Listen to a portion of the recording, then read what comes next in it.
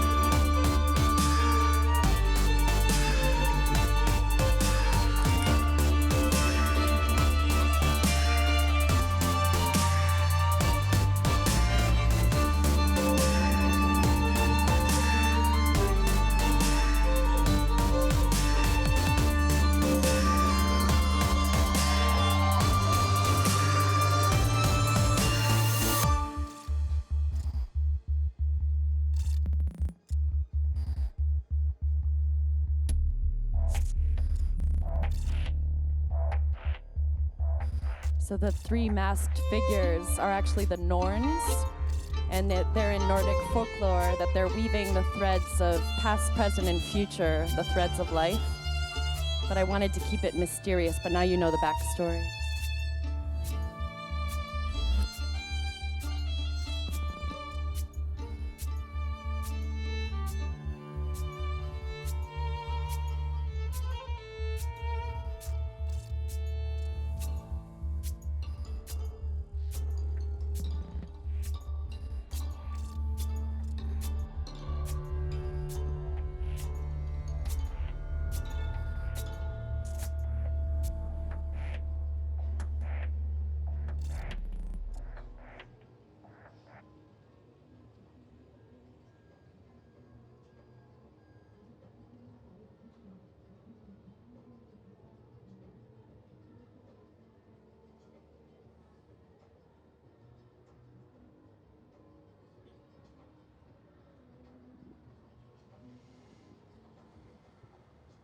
So that was pretty thrilling to pull all that together.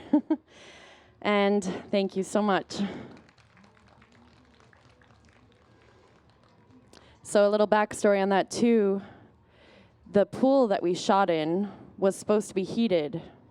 So that whole sequence where I'm jumping off the cliff and into the water, we used a trampoline to plan that sequence. And I'm jumping off the trampoline and then into the water.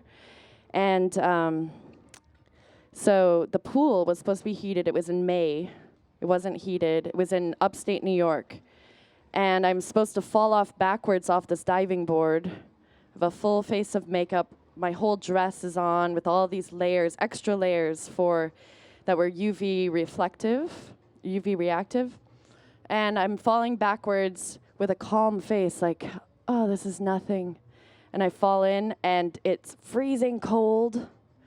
And I find that I cannot swim to the surface. The dress is all wrapped around my ankles, my feet. I had this vision of, all this beautiful underwater, like I'm playing violin underwater and it's all beautiful and I'm twirling, but I'd never tested it out before. I just had this vision in my head. And sometimes I think you can envision something in your head and make it an actuality, but sometimes it doesn't go as planned. So my dress was all wrapped around my ankles, and the lighting designer had to jump in the water, and we have slow motion footage of him swimming to rescue me and pull me to the surface. And my makeup artist was like, "You're not doing that again." I'm like, "Yes, I am." Let's do it again. We have to get the shot. And so, sometimes I feel like it's really important when you're a creative to try all kinds of different things, to push your envelope, to push your edge, and to, go where no person has gone before. I mean, lots of people have done underwater shoots and videos. Also, the violin that I used was one I bought on eBay for $30 because I was going to destroy it. So, put it underwater. I haven't tried playing it. I put it out on the street, and some lucky person got the waterlogged $30 violin for hopefully their little person at home. So I also want to share with you another video. So this one is, along the way, I got really inspired by Massive Attack. I spent some time living in Germany. I lived in Germany when I was 18, spent a year there, and it was just so inspiring. I went to this one club every night, basically, called Carpe Nachtem, which means live for the night. And all these people dressed in black with black leather pants and long hair. And one evening, I'm in this club, and Teardrop comes on. And I have my eyes closed, and I'm dancing. And I open my eyes, and I'm surrounded by all of these leather-clad, long-haired men. And I'm like, whoa, where am I? And I've been inspired by that song, not because of the leather-clad men, but just because, it's such an amazing song. And I always wanted to do a cover of it, and so eventually I did. And I did it in my own way. Like, I basically produced everything in the track, and I had a cellist who works with Celine Dion. He did the cello solo on it. It's basically a remake with my own second verse. But I'm calling it a cover because it's much easier to put out in the world as a cover than as a remake. I don't even know the legalities for putting out a remake. So we shot this video in California along we did two locations. We did one at Tuna Canyon, which had this beautiful labyrinth. And then the other location we used was right on overlooking the ocean. I wanted a spot where you could see the sunset. And there's this one beautiful place called Sekit Point. And a lot of surfers go there. And it's just this beautiful cove with all these little dips. And you can see the ocean. We had a drone. And the final moment, you see the sunset. And all of that was really important for the creation of this music video. So I'm going to play this for you.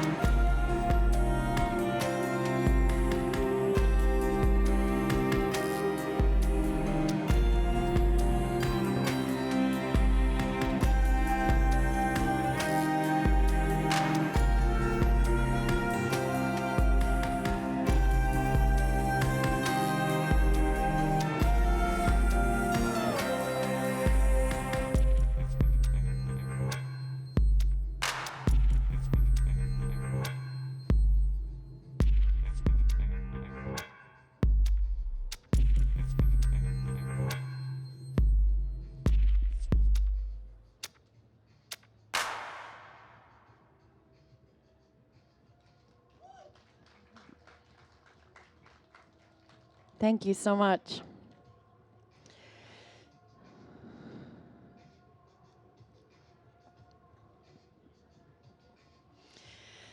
So I guess that was like the 2 year, every 2 years I produce a music video because it takes a lot. It's a lot of work, but you know, bringing together both the visual and putting a story to the music, I think is really important. And you know, to bring all of that art together. And so my background in photography has been really helpful, you know, being able to really visualize things from a, you know, like from the vision, but also bringing it to the auditory perspective as well. And so now I just want to talk with you a little bit about how I find inspiration to come up with these creations. So I find travel to be incredibly inspiring. I love to travel everywhere possible. I haven't been to every continent yet. Last year was my very first time in Australia, and after this festival I ended up going to the 12 Apostles, which was incredible.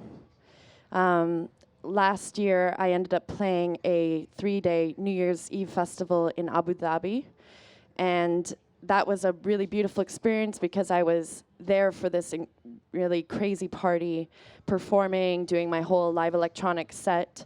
But then the next day, I went to the Liwa Desert where Star Wars was filmed, and we ended up going through all of these gates that were locked, supposedly, and we found the keys, drove through, got to this place where it's just these gorgeous sand dunes, and the full moon on the first of the year, the full moon right above, and there's silence. Nothing. Absolutely nothing. And that was incredible to be able to, you know, have the contrast of like the crazy New Year's Eve party and then the beautiful nature, the full moon, and to be able to meditate in complete silence. I also find that, you know, nature is incredibly inspiring to me. I find kind of playing around with my sleep schedule is also really inspiring for some odd reason, you know? Like, I'm a night owl. I love to, you know, work on whatever it is I'm working on late at night because there's nobody to text me or bother me, unless if they're on the other side of the world, maybe they're bothering me. But I find the stillness of nighttime to be really inspiring. But sometimes if I'm procrastinating, I don't want to do something, I don't want to get it done. I'm like, oh, I'm so tired. I'm going to go to bed at 11 p.m. and wake up really early and I'll get that thing done that I said I wasn't going to do. And then I wake up and I'm like, ugh, I don't want to do this thing. I'm putting it off, putting it off, putting it off. But sometimes when the muse comes to me, it's like all of a sudden I'm like, oh, okay, yes, yes, yes, yes, yes. Let's do this, let's do this, let's do this. So an example, I was working on the score for a 90-minute feature documentary for Time magazine. And so the backstory with that, I moved to Los Angeles from New York, moved to Los Angeles to get into film scoring, had no connections in the film industry whatsoever. And I had met somebody in Costa Rica who had plugged me. I'd said, I want to get into film scoring. He's like, I'm working on this documentary. I'm shooting it in Svalbard, which is north of Norway in the Arctic Circle. He's like, you'd be perfect for this. Why don't you write some sketches? Here's what you write.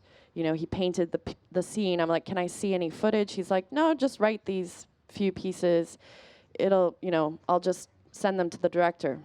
And he worked them into the first few cuts. The director saw the first cut of this documentary. He's like, wow, what is this music? It's beautiful. And my friend was like, I can introduce you to her. She just moved to LA, and you know, why don't you have a meeting with her? So I ended up landing this contract to write a 90-minute feature documentary score. Never, ever having done that in my life. So while I'm working on this 90-minute mega large piece of music, also procrastinating like mad, and like, what did I get myself into? How do I do this?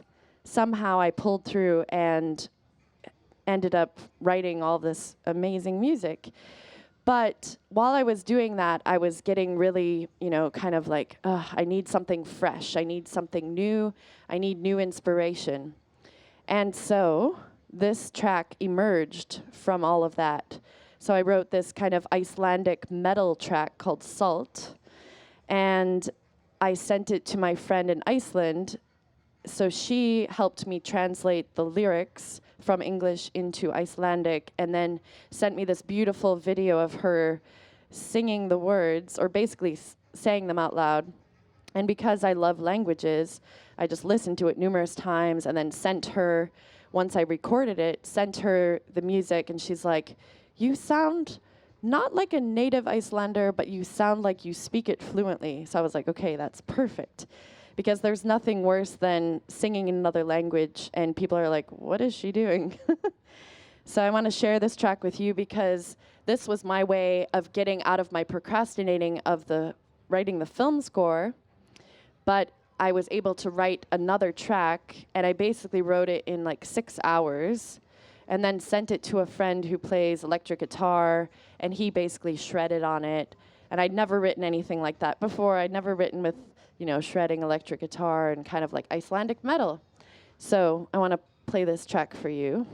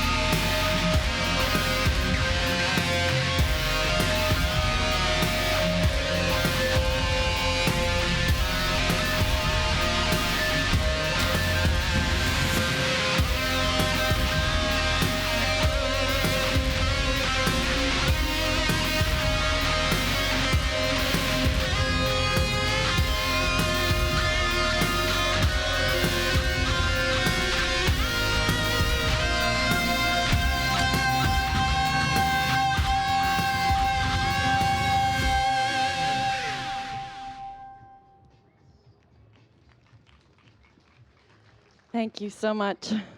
So that song's called Salt, and salt in Icelandic is also salt, but with like a little lisp on the end. So yeah, that was kind of my way of waking myself up from the kind of like this tediousness of writing 90 minutes of music for a documentary where it's like, it's a lot of work. I didn't realize what I was getting myself into. And so I started working on this track. And you know, sometimes when you're, you know, you need a distraction, but the best distraction is making more art, but different art. So once I wrote this track, I'm like, yes, okay, great. And then I dove back into the documentary music, and then I was like, okay, now I'm gonna finish it all. And I got it all done much faster than if I had just kept plugging away at the documentary music, which that one's called This Cold Life, by the way. And so I don't know if it's out in the world yet, but it will be soon. So then I wanted to talk to you about a new track that I just finished. And so right before I came here, I was on a mini tour in Colorado and then San Francisco. And basically, the week before the tour, I decided I'm going to make a new music video. I know I've been talking a lot about music videos, but I think it's really important to kind of depict the art and the culture and kind of whatever it is that is inspiring me in the moment. And so about a week before, I was like, okay, we need to make this music video happen. I'm going to be in San Francisco. I work a lot with dancers, and I have this beautiful team of ballerinas that I work with. They're kind of classical avant-garde ballerinas from Metamorphosis. That's the ballet company name. And so Marlo is my dear friend who is the lead of this ballet company. And so she's like, yes, I'm down, let's do it. My very favorite cinematographer, Daniel Garcia, he was in town as well in San Francisco. And then I had been sent all of these beautiful clothing from this fashion line in Chicago called The Order.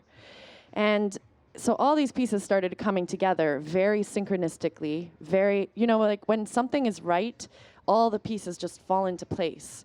When you really have to work hard, either you just work harder or you're like, okay, that's not the right idea. But in this case, it's really started to feel like, okay, we have momentum, all the pieces are falling into place. The one thing we didn't have was the location. And so we had this one location, but the guy was taking a long time to get back to us. So we're a couple days away. I start looking on Peerspace, which is this website for finding creative spaces to use for any kind of, you know, concert, event, photography, music video shoot, all this kind of thing. So I found one space, and I sent Daniel, the cinematographer, to go check it out. He's like, it's not ideal. I was looking for a warehouse situation. We wanted to do available light for the shoot. And he's like, it's okay, it's not ideal. So I was like, okay, I'm gonna keep looking. And I found a couple of other spaces. And so by this point, I had flown from Colorado to San Francisco, and I ended up seeing the space the day before. It's absolutely perfect. It's basically like a cube of windows, this warehouse space. You know, if you can picture like 15-foot tall windows. I don't know what it is in meters, I'm sorry. But, you know, 3 walls of windows, very industrial looking, concrete floors, and just imagine these ballerinas dressed in, you know, basically black lingerie, you know, beautiful legs, everything. And so we ended up pulling off this music video on Sunday, just before I flew here to Australia. And so the backstory on this track called Gold, this was the one I wanted to do the shoot for because it feels like the freshest, newest iteration of my, you know, progress and my development as an artist, as this music artist, HÄANA. And I worked with a string trio for this project. And when I was in the studio doing the final mixes in LA, we were tracking my vocals, and I had this very emotional moment where I was dealing with something that was not related to finishing the track at all. It was some kind of business-related thing, and I was feeling really upset, and I was crying, but like, you know, in the bathroom. And then the mix engineer, who is also doing the vocal production, he's like, "Okay, so are you ready to let's track your vocals?" And I was like, you know, trying to stuff down my feelings, like, I'll be okay, I can do this, so like, let's go. And then I was like, ugh, and I just start crying. And so he talks with me about it, you know, and I'm thinking, okay, I'm on the clock and I'm under a microscope, because that's how you are when you're in the studio. You're like on a, you know, a time schedule. Like, there's no time for emotions. But in the end, so he just talked me through it, and he gave me some great advice. And I ended up putting that emotion into the track. So when you listen to the first verse of the vocals, you can hear this like really beautiful sensitivity, emotion, and it wouldn't be the same without that moment. So I'm sharing that with you so that, you know, sometimes a moment that can seem really bad is actually the muse coming to you and being like, let's move this emotion in a different place, and let's bring something else out of you. You know, something that really needs to be here, but it's not there yet, so let's cause some other kind of drama for you and then bring out this other side of you. And so I want to play this track for you. It's called Gold, and it's not out yet. The music video is being edited, and I hope you'll all be able to check it out very soon after Rainbow.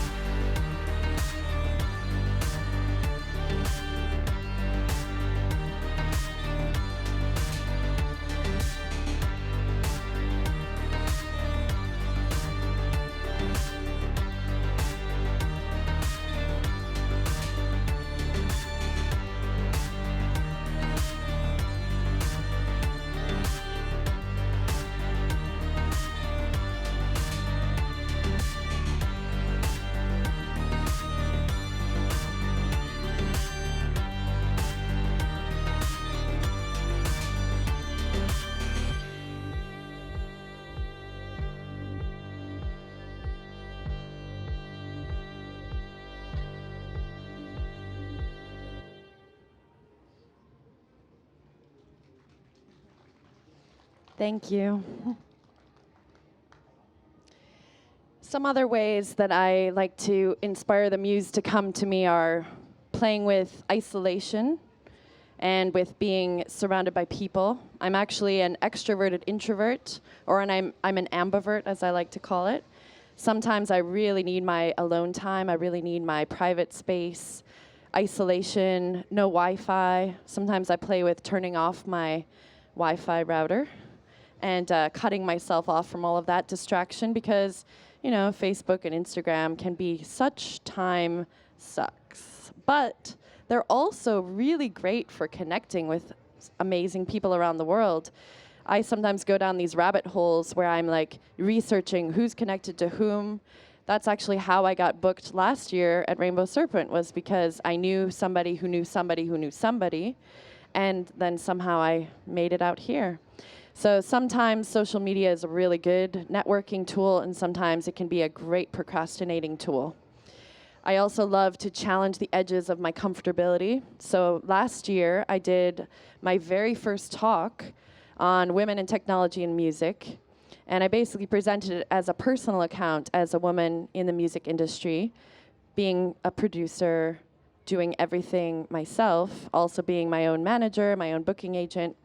And I was so petrified for that talk, but it also really pushed the edges of my comfortability and encouraged me to go beyond my comfort zone. And people really enjoyed it. And here I am doing a new talk. And I actually have so much content for this talk that I could talk for probably another 2 more hours. So if you want to hang out, no, we have a schedule to keep to. I also really love playing with deadlines. If I don't have a deadline that's set by somebody else, I set myself my own deadline. It doesn't work quite the same because I'm always, you know, late with my own deadlines. But if it's for somebody else, you know, like that last, I don't know if you've ever written a paper and turned it in like at the 10 minutes before it was due. I have definitely done that. I actually, when I was in college, I didn't have my own laptop, and so I would use the computer lab. I don't know if any of you can relate. And I would stay until closing. You know, they're like vacuuming around my chair. And I'm like, oh, just like 10 more sentences. Okay. And then, you know, you turn in the masterpiece because the last minute push is like, sometimes you come up with the most amazing things. But, you know, like 10 hours before that, you're like, oh God, why didn't I start doing this like 2 weeks before? But, you know, we all work in different ways, and I guess I'm a procrastinator, but somehow I seem to finish things. I also really like to do yoga. I find that, you know, as a person who sits at a desk a lot, I'm, you know, working on a computer, writing music, playing music, you know, it's like a mixture of sitting and standing. I think it's really important to be very physical. You know, like sometimes pushing your body to the limits can also inspire really beautiful art to come out of that. I think it's important to take care of your, you know, your vessel, the vessel that the muse is being channeled through. So meditation is also really important, you know, just clearing your mind. You know, when you have a deadline, it can be like, oh, I don't have time to meditate, but actually that could be the very most important thing for you to do, to just like really focus. For me personally, the ocean is a really inspiring place to be. That's why I moved to LA, so I could be 3 minutes from the ocean. Something about the salt water, if you know about key energy, you know, key energy comes from like lightning hitting the grass. That's what it turns it green. Ocean water, places where there's a lot of like very charged, supercharged energy, and that's really inspiring to me. I also find it really inspiring to go to concerts. You know, I'll research different music artists that I want to go to. Sometimes it's like a research project, so I'll go there and I'll like cross my arms, be like, oh, she's doing it that way. Oh, he's doing it that way. Oh, cool.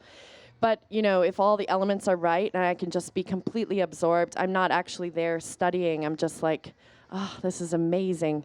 So probably for many of you being here in this environment at Rainbow Serpent, you know, there's so many beautiful environments, and they've really done an incredible job with all the stage design and a lot of care with like, a lot of festivals, I feel like the lifestyle and the yoga and the talks portion is a little bit underplayed.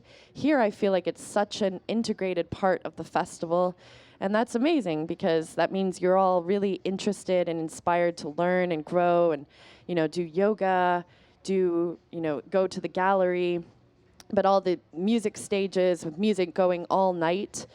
I hope you found some incredible concerts to go to. I also really find it inspiring to go to art galleries and art showings because you can make music from a painting. If you're so inspired by a piece of artwork, that can inspire other aspects of your muse to come through. And one trick that I like to do is to sing into my phone. So I was invited to come to Berkeley in Valencia, Spain this last November. And I was invited there to present as a guest artist. So I taught 2 master classes, and then I also produced a track in the studio.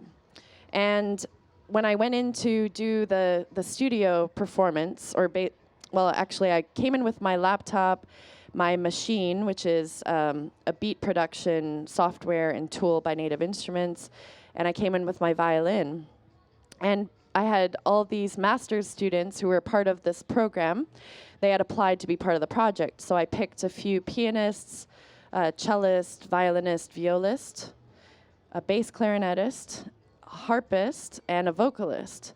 And so I come to the studio in the morning, and it's full of people, full of students. And I was like, oh my God, now I have to go produce this track from scratch, because my idea was to show people this is how it is for me to write something from nothing.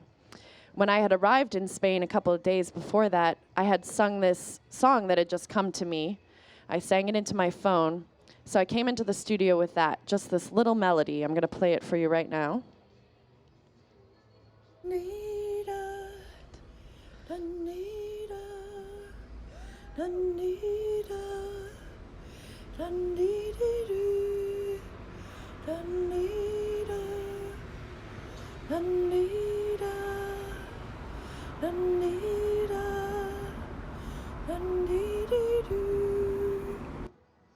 So I'm sitting in a park in Valencia, Spain, like late at night, and I have jet lag, and I'm like, oh, this melody just came to me. So then a couple days later, I'm in the studio, in this $1 million studio in Berkeley. And I walk in, and I just have this little song ditty. That's all I have prepared. But the room is full of people. I'd hoped that I would have a little time just to get a little acclimated, get set up. Before I'm like on the spot, they have the UDMI cable in my computer being projected onto the screen. Everybody's seeing what I'm doing, and I'm like, oh God, I've got to do this. Okay. I open up Logic.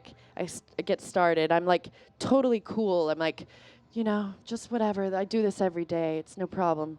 Like all these people are watching me, no problem. And so then I take out this melody, I start playing it on a little MIDI keyboard, and then I research some Nordic folk songs on YouTube, find a Nordic folk song that sounds like it would fit with this song idea. Then I go into the tracking studio and lay down some violin and kind of improvise and kind of lay down this structure.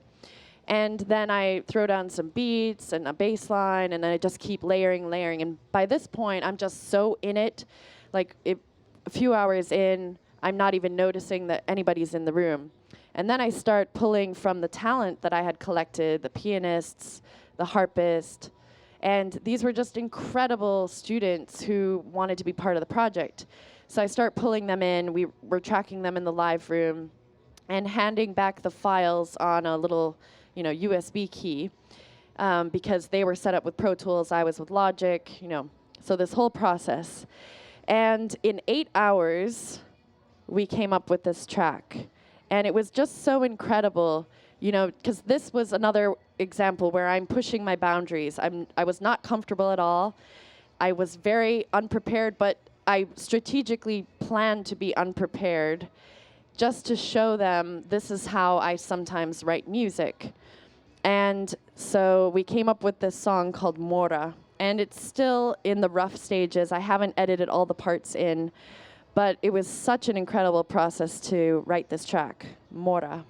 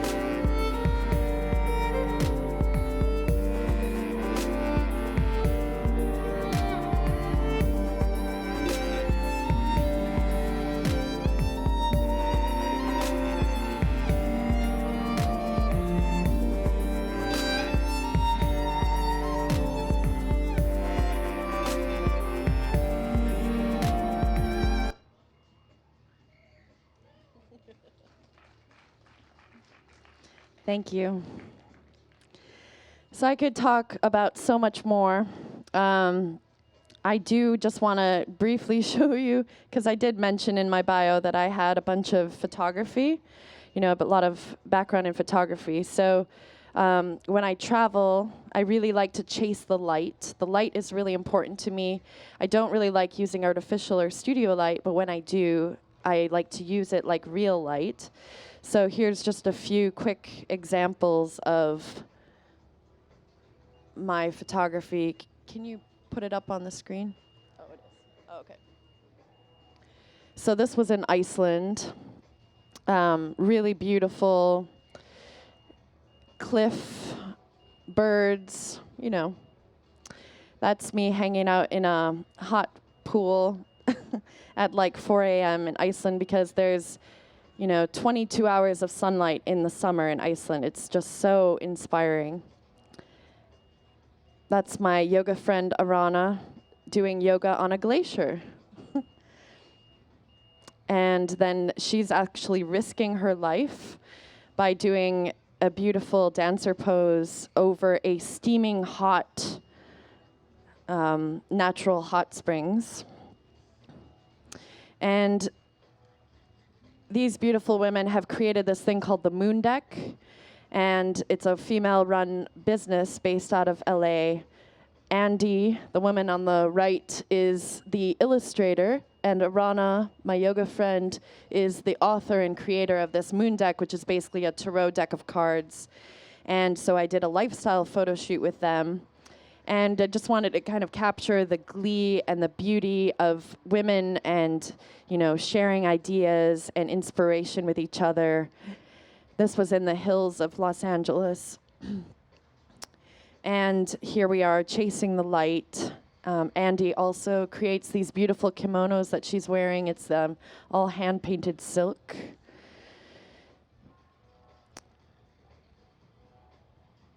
The Moon Deck. So I just wanted to give you a little background on that as well. And this is me being a photographer. So we have a little bit of time left right now, but I wanted to turn it over to you and see if you have any comments or questions or concerns about how to find your muse.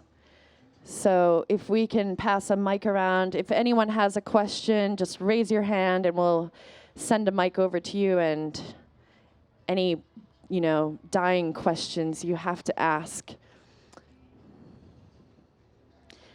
Anyone for a question?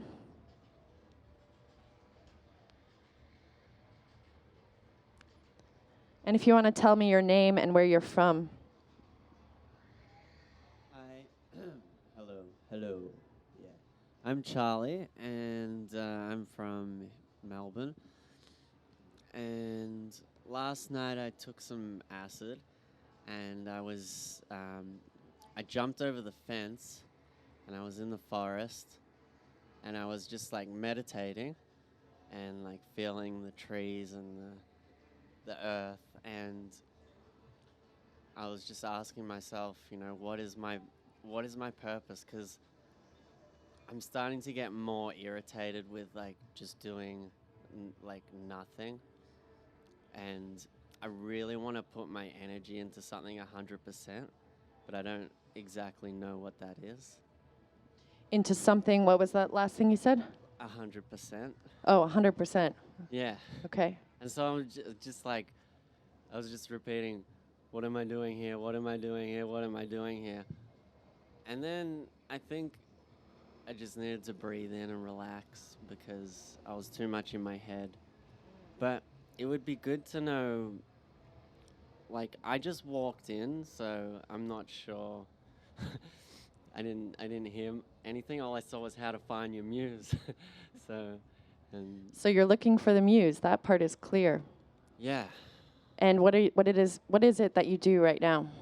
I play music, and I love songwriting. And like, ideally, I'd love to be making money off it.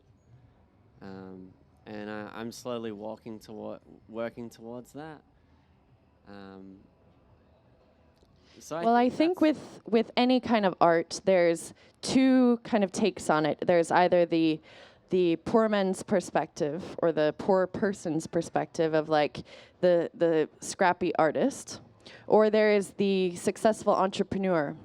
And I think it's always important, no matter where you are with your art, to always think of yourself as successful, to think of yourself as a business, and not just like, oh yeah, do it for exposure, because it's challenging to sometimes make money from what it is that you love.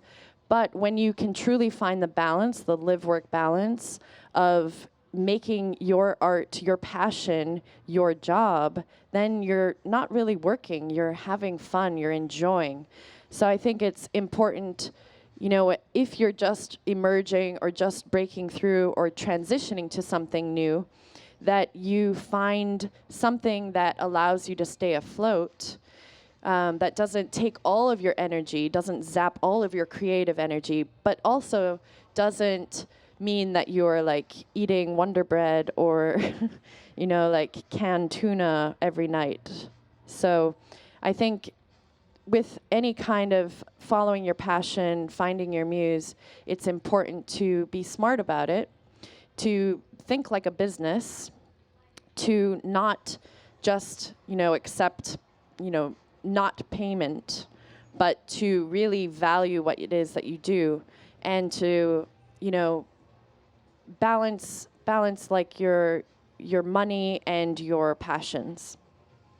That's as great. a start. Yeah. What I got from that is, like in my language, is like building something, like finding the balance of having that and other things, and so it just becomes easy and a routine, and then also treating it really kind of sacredly, you know, giving it giving the time you spend doing it lots of value, and yeah.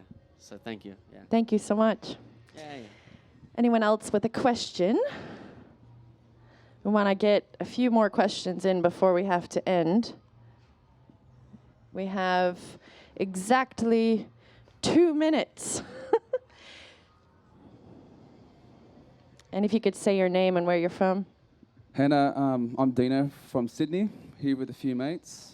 Welcome to Australia, and thank you for sharing your story. It was beautiful. I'd love to challenge your muse if you don't mind at some stage, and would love to hear you sing live, if you don't mind. However, my question is, when I have time, find space to sit down and journal, and the muse does come through, when I'm in that flow state, I often say, I've got to do this every day.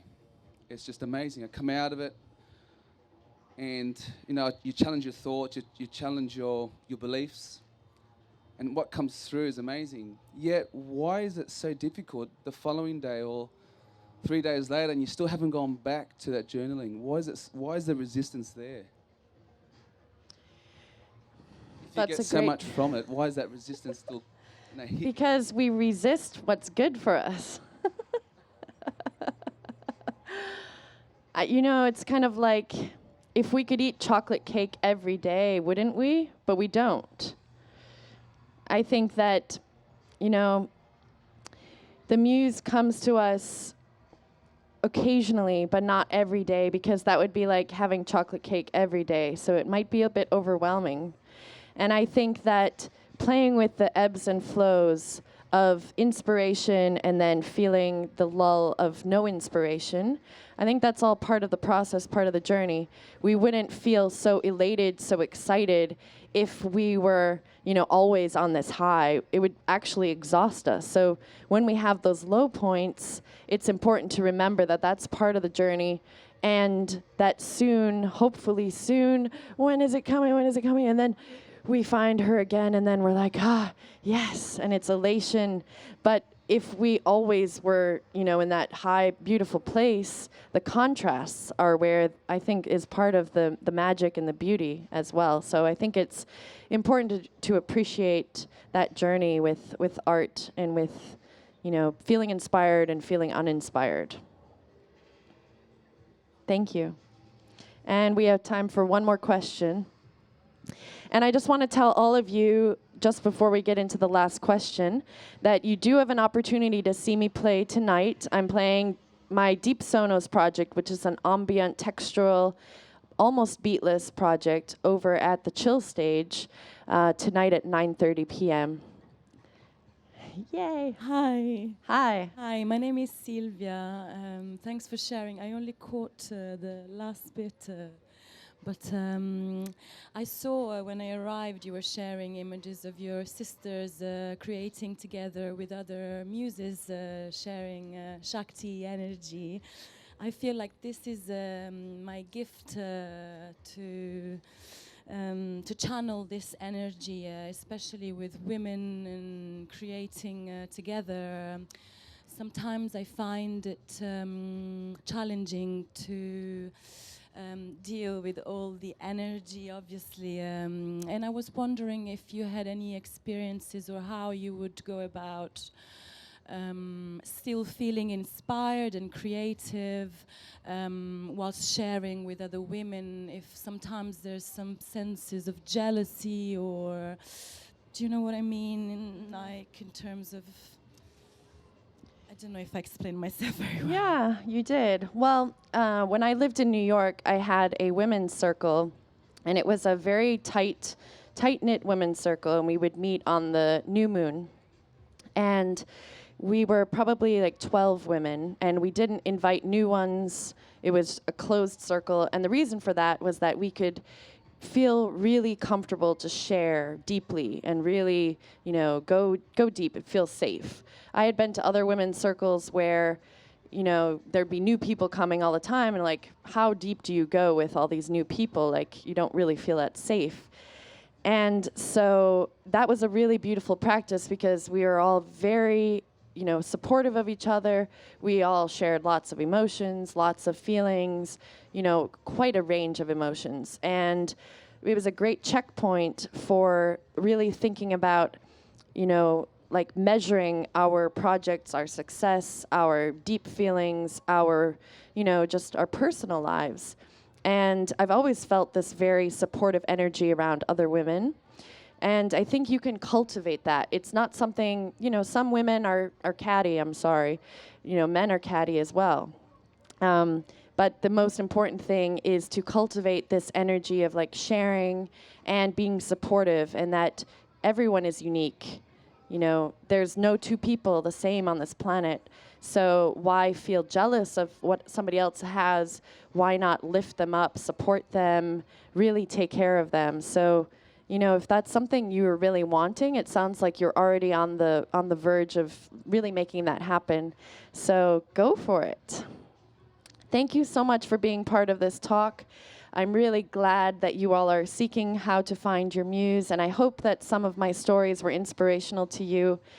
And I will be playing at the Chill Stage tonight at 9:30 p.m. as my project Deep Sonos. And that will be my last thing that I'm doing at this festival, and then we can all go party together. And I do have these golden USB keys with me. I have a few left. It has my complete anthology of music on them, including the music videos that you saw. So come and see me afterwards, or if you have more questions, I'd love to answer your questions. And my name again is HÄANA. Thank you so much, and thanks to Rainbow Serpent for being amazing.